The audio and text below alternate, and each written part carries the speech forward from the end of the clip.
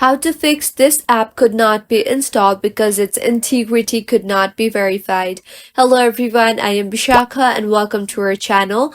Let's get right into the tutorial. If your iPhone is showing this app could not be installed because its integrity could not be verified, then firstly launch the settings application on your device and tap on screen time. Here, scroll down and tap on Content and Privacy Restrictions and then on Allowed Apps. Here, find the Safari option and make sure the toggle button for Safari is toggled on. Now go back to Settings and scroll down and tap on Safari.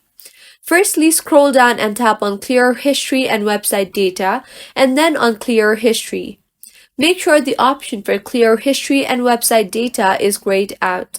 Now scroll down again and tap on Feature Flags and scroll down to the bottom. You will see the option for Reset All to Defaults. Tap on that and reset Safari and your problem should have been fixed by now.